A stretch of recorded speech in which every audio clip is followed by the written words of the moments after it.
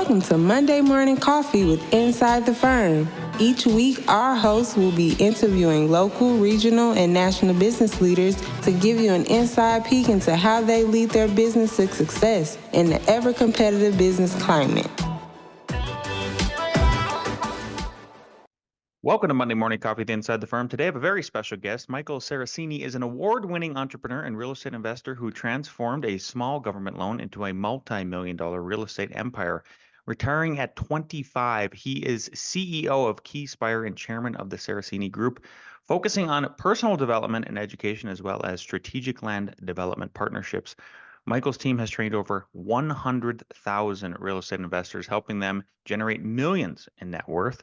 He has won multiple business awards for growth and employee satisfaction and supports personal and community growth through strong leadership and involvement. Michael lives near Toronto with his family, enjoying swimming, biking, hiking, barbecuing, and family dinners with a goal to maximize both profits and purpose for partners and students. Michael, welcome to the show. Lance, thank you for having me. 25, you're welcome. 25 is an incredible age to retire. So kudos to you for that one. Before we get into what you do now, what you previously did, tell us how you got here. Maybe the story of how you did that at 25. Are you from a family of entrepreneurs? Where does that entrepreneurial spirit come from? Yeah, it's a great question. So I'm not from a family of entrepreneurs. My family is hardworking, middle class, typical family. But I knew I was different early on. When I was in my teenage years, I got my first few jobs, like a lot of us do. I think my first job I was 15 or so. And I knew pretty quickly I wasn't meant to work. I know it sounds funny, but anyone who's an entrepreneur, you just know that it's not for me. And for some people, it's great. They love to show up. They love to, know what's happening, and they know when they check in and check out. They've got instructions. But I worked at a grocery store. I worked in a brake parts factory. I worked in a construction company and a number of other, jobs in my teenage years. And I just didn't fit in. Something was wrong. I'm like, this, it doesn't feel right. I can't do this. I'm not a good employee at all. And so I started my first business in high school.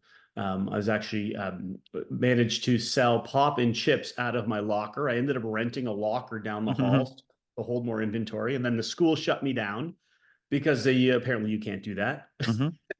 But then the next business I started was really interesting. And it was the one right before my real estate business. And I was young. I was about 20 years old at the time. I wanted to be wealthy. I wanted to be rich and famous and have all the money in the world, all the things that I think a lot of 20-year-olds today want to have. Yeah. And so I did what you might expect I would do. Lance, is I started a boy band. And I'm talking. Keep going. Sorry, that's fantastic. That was it. That was the business. I'm like, I got to do something different. Like I knew I couldn't work. So I tried all kinds of crazy things. And so, where does it come from? It's just kind of this fire inside me that always wanted to go against the grain, and I couldn't fit in the status quo. And I probably you probably can relate to this. And a lot of your listeners that are entrepreneurs and entrepreneur adjacent can really understand this feeling. And so started a boy band with a couple of my roommates in university. And it was like, I'm talking like NSYNC, Backstreet Boys. So any of your younger listeners, they might not even know what it's like to see 5 men singing and dancing on stage. That was us, right? In costume changes and everything. So it was a great progression of how we went through it. And it kind of set the stage for the rest of my life and my career. We started knowing nothing about it. So we got the training and we practiced our asses off. We worked so hard, and then we were doing we worked for free as much as possible. So, friends, little sister's backyard birthday parties. And then we started doing these like street festivals for free. We'd sign up for anything. We'll do it for free. But then we started getting noticed. Local newspapers noticed, and we would have articles back when the newspaper was actually made of paper. We would have articles in the newspaper, and then we would get on TV interviews. And then we started getting these variety shows across the country that had 5,000-10,000 people. Then we got a record deal. We flew down to Nashville, Tennessee to tour 3 studios to see where we're going to record our album. It was an amazing meteoric rise. And we were on top of the world, again, 20 years old, on top of the world, and we're going to make it. We're going to be famous. And so we landed at the Toronto airport. And I remember our manager said to us, all right, boys, go back home. 5 guys, 20 years old. We lived together. Go back home. Think of the 3 studios that you like the most. Think of the one you like the most. We'll call you in 3 or 4 weeks and we'll get something set up and we'll make this album, make you guys famous. It's going to be great. We're like, this is going to be great. And so we got back home, no phone call for a couple of weeks, which was expected. Around week 4, week 5, we started getting a little nervous. Like, why aren't they calling us back? What's going on? We know we want studio number 2. So around week 5, we got the call and we all huddled around the phone. This was the phone with the cord on the wall, right? Maybe on the table. A year 2000, we're huddling around the phone. And I said, guys, it's over. We're going bankrupt and we're dropping all the talent. So we're not doing the album anymore. And, best of luck. It was great while we worked together. And we were devastated. We were like, went from being on top of the world to starting from scratch again. And at 20 years old, that was the greatest, failure or trauma I had ever experienced. So it was pretty traumatic when it comes to, your career and working hard at something. But out of that trauma, I really learned some good lessons. And the number one lesson that I learned that's taken me forward here, even 24 years later, is I would never again let something or someone else be in control of my future. I wanted to be in control of my future, because if somebody else is in control of my future, then no matter how hard I work, I'm not going to get the results I want. So I promised myself from that day forward, I would be in control no matter what I did next. No matter what crazy business I decided on next. I couldn't be an employee. I already knew that, but I had to do something where I was in control, not the government or politics or the weather or the economy or anything, record label. And that is ultimately what led me to be a real estate investor. That was the next business I started.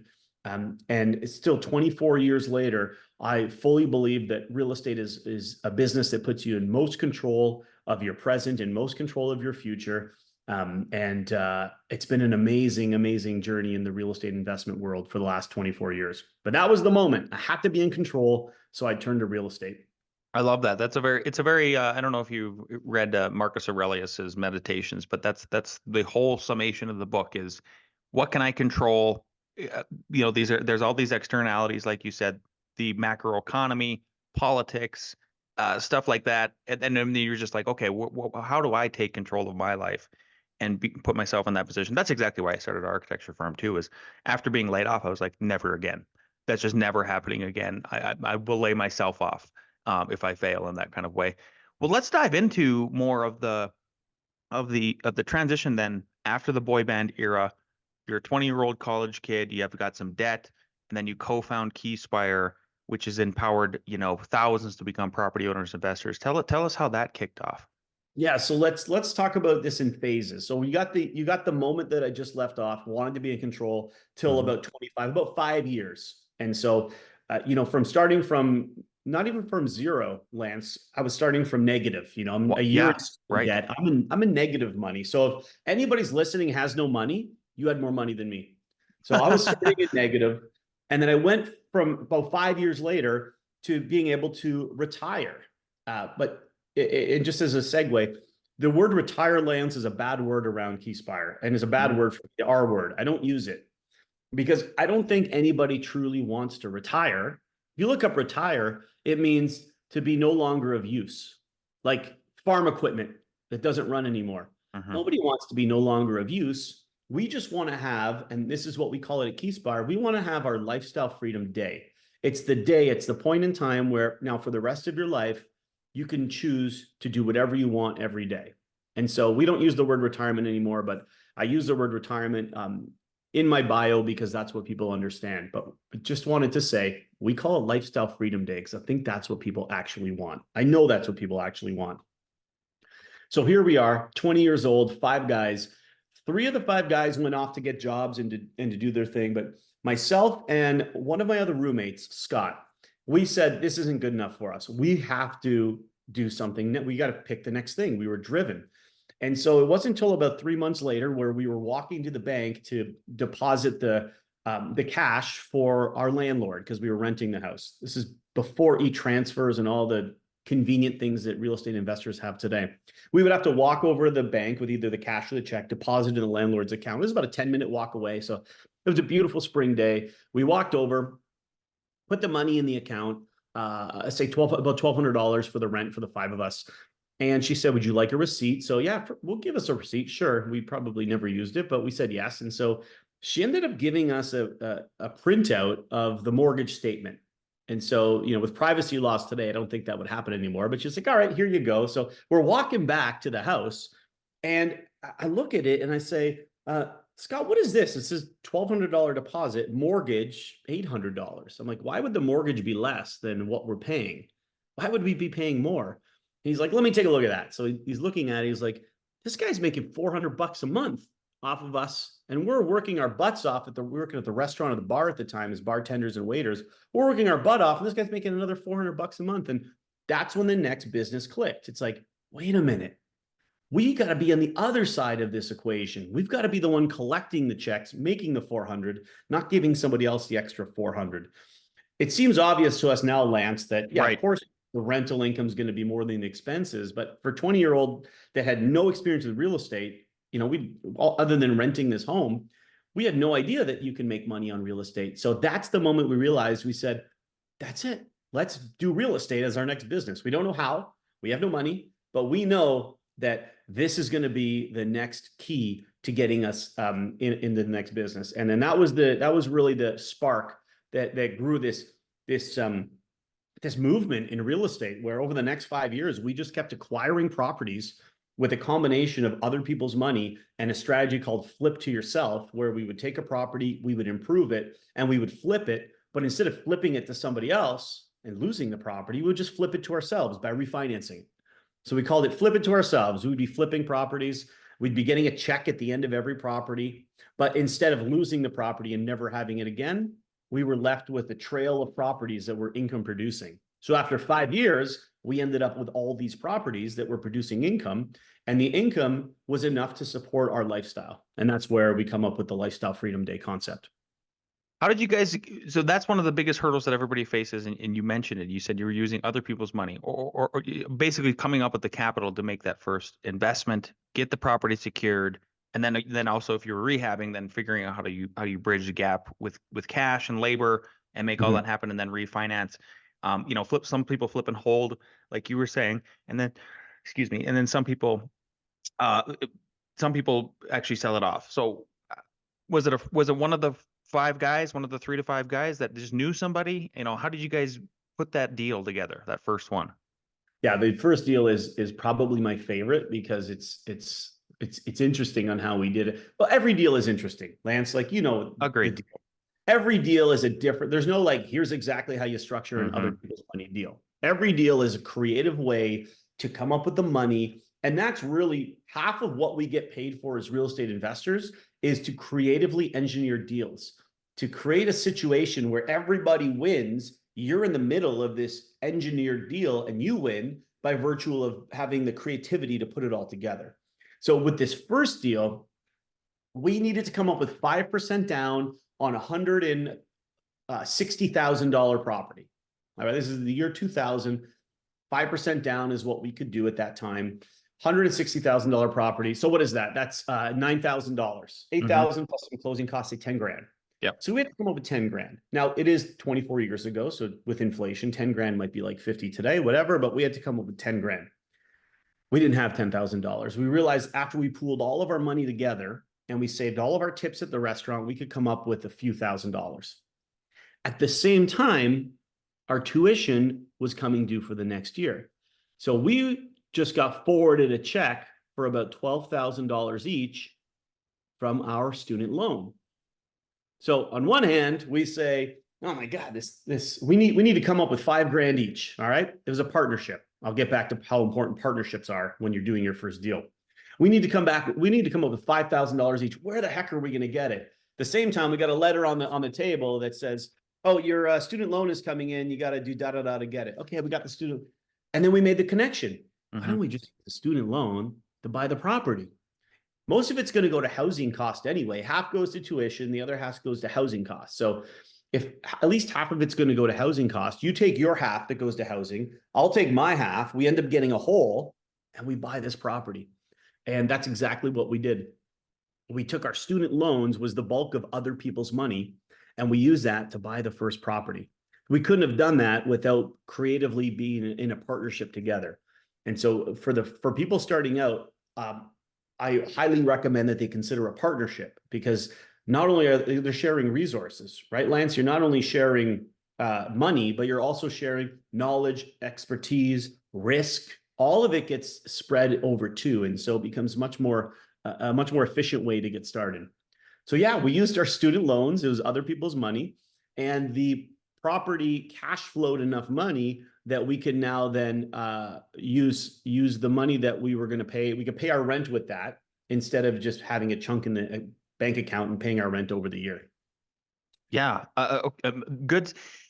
I'm curious how, so you look like you're, we're fairly similar in age. I would consider probably both, if I had to guess, we're probably both Gen X. And so therefore, I'm curious on the thought process of, how you are trying to help Gen Z and millennials sort of repeat what you're doing in that way and empower them. And how it will, and with that, with those two generations, what plays into, Gen X was much like a latchkey kid type of thing. We're very individualistic, but Gen Z and millennials seem to be much more trending in terms of like cooperation and community and stuff like that. So does it just play into the hand that you're talking about, where you are doing partnerships? Like maybe partnerships aren't hard to sell to those generations when you're talking to them and coaching them. You know what? Okay, so it's a great question. We have in our community, so Keyspire, we have a membership community. So we have a mastermind group. We meet every quarter and we have different levels. What we see is that at least half of our members are actually 50 to 60 years old. They're older. Yeah. And it's a little counterintuitive, because you would think that they would be attracted to my story. And by the way, that roommate, Scott, is now he's my business partner in Keyspire. We've bought tons of properties together. We both have our own development funds, over thousands of units between the two of us. So we're still together running Keyspire based on that initial spark of the boy band. He was in the boy band as well. So you would think that people are attracted would be like 19, 20, 21 years old. And certainly people are attracted to that story. But the coaching of Keyspire has developed so much and evolved so much that more than half of our members are 50 years or older, 45 and older. They're kind of approaching that, R word, retirement.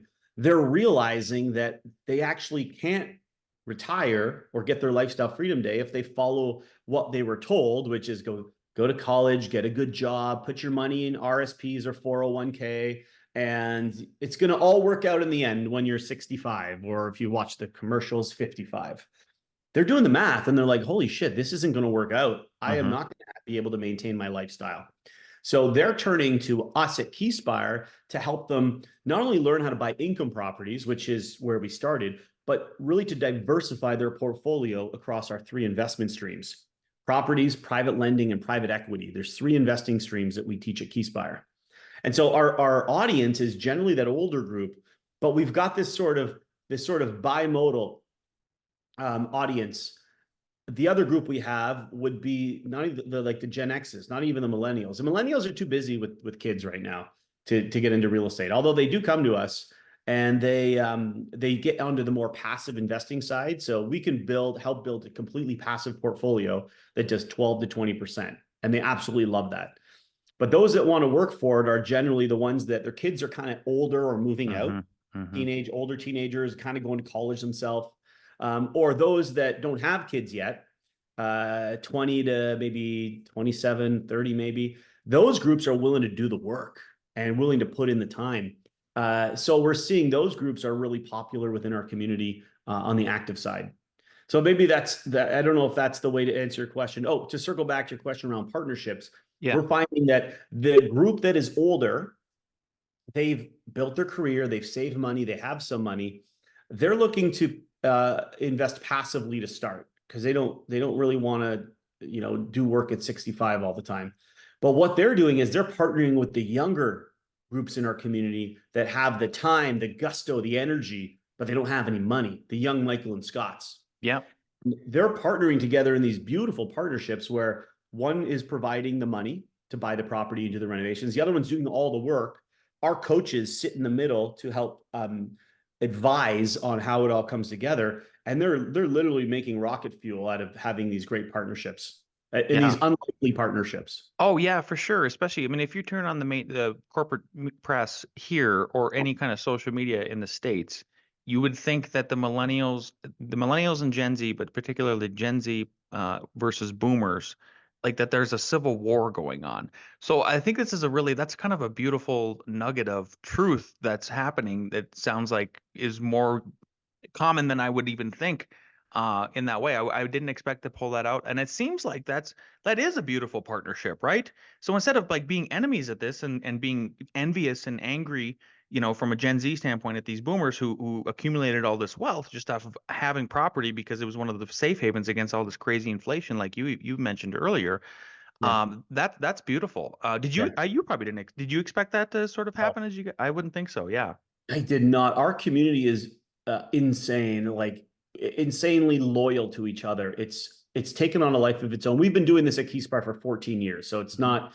It's taken years to develop. Like anything that takes time. But our community about 5-6 years ago hit this like critical mass where people are so loyal to each other. Now we qualify. You can't get in our community unless you qualify across our 9 core values. You got to be patient. You got to add value first. You've got to be coachable. There's 9 core values that you cannot pay us unless you qualify. So I think that has a lot to do with it in getting the right people in. Sometimes I tell our members that part of what you're paying for to be part of our community is our filter. We are filtering out the people that you don't want in your group, and we're letting the people in so your network is pure. And what that happens, so anybody listening that's has a customer base, letting in the right customers and having them interact creates this magical community that we've got. And it's so unique, and I'm so grateful for it. But I would have never expected. It was never planned. I would have never expected it. Yeah, what a beautiful organic thing you got going on. But that is also coming through the filter and the controlled environment. So how does that process work then? If somebody's listening to this, is it an application? They get interviewed, and then is it worldwide or is it just strictly Canada? So we are in Canada and the US. So our member base is in North America. We'll be in the rest of the world soon, but Canada and the US is a big enough group that we've got to filter through these 400 million people first and get the right people in our community. It's a call with someone on our team. So before anyone joins our mastermind program, you have a call with someone on our team. Our mastermind program is between $10,000 and $20,000. So it's a serious, you got to be serious to join our program. But when you join, people are saving or making, 50, 100, 150,000, $1 million. Like in real estate, the stakes are so high that $10,000 is not even a rounding error on a bad deal. So people are jumping to join us, but they have to go through the application process. They have to get on the phone with someone. We ask them the questions. We make them commit to the 9 core values. And when people commit and they come in, then that's how they come in to be part of our program. Gotcha.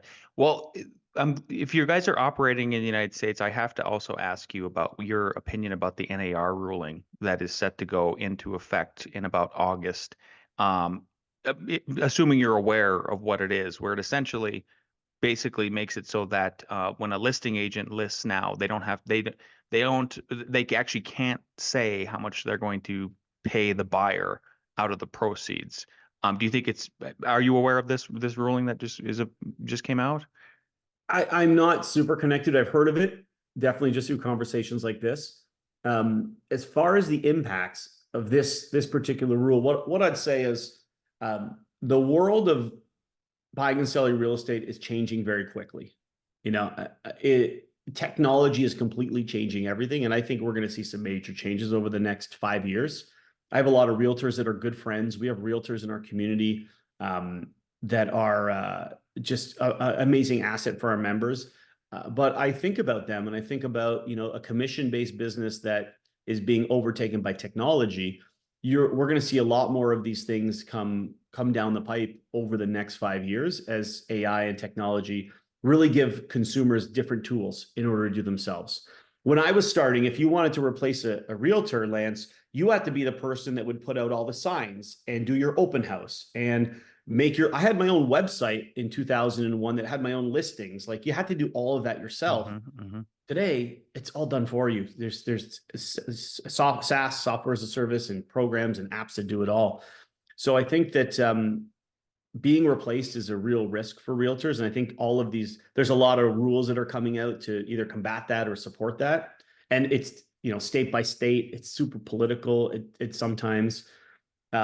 So, my comment is not on that specific rule. It's just in general for real estate investors to be aware of what's happening and how it impacts them. And for any realtors, watching you got to move with the times. You can't expect in 5 years to getting your 5% commission for just listing a house and it sells within 3 days in some markets. You've got to really, evolve with the times and give people value. And so that's what I've noticed.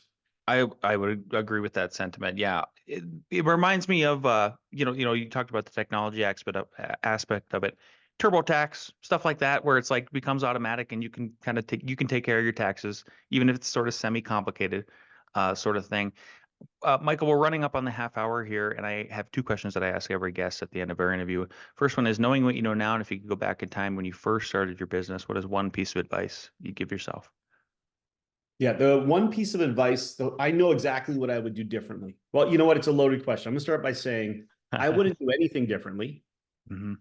Advice and doing something differently are two different things. So I wouldn't do anything differently because I might not be here. And I love where I am. I love the house I live in. I like the family I've got. I love the things I do every day. I love the businesses I have.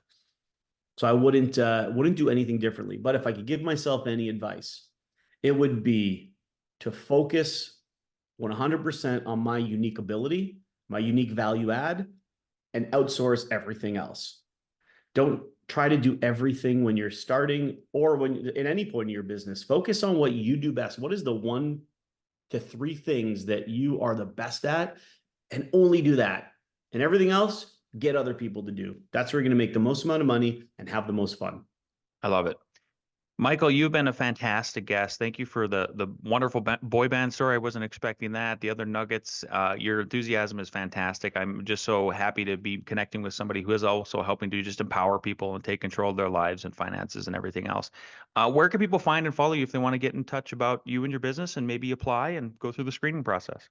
Yeah, great question. So our website, keyspire.com, Keyspire. Keyspire.com has all the different free resources and paid resources that we have. But one thing I always recommend, Lance, is for people to go through our free masterclass. My business partner and co-founder, Scott, he personally recorded a 60-minute masterclass, absolutely free for anyone who wants to just get started in real estate. Like, let's just get you started for free. And it's on our website. It's also keyspire.com/masterclass. And that's why I recommend people go watch that masterclass before you apply to be part of our mastermind program. We've got 3-day boot camps that are absolutely amazing. We've got all kinds of really good stuff. But before you pay us $1, before you do anything with us, take the free masterclass. Understand if real estate is right for you and if Keyspire is right for you. And then if you want to go forward, and we can help you to the moon and back, like what we can do. But it's the masterclass where they want to get started. Beautiful. Michael, thanks again for being just a fantastic guest on the show. We appreciate your time. Thank you, Lance. Thank you for having me. And I hope that your audience got some value and some nuggets out of here. I really do.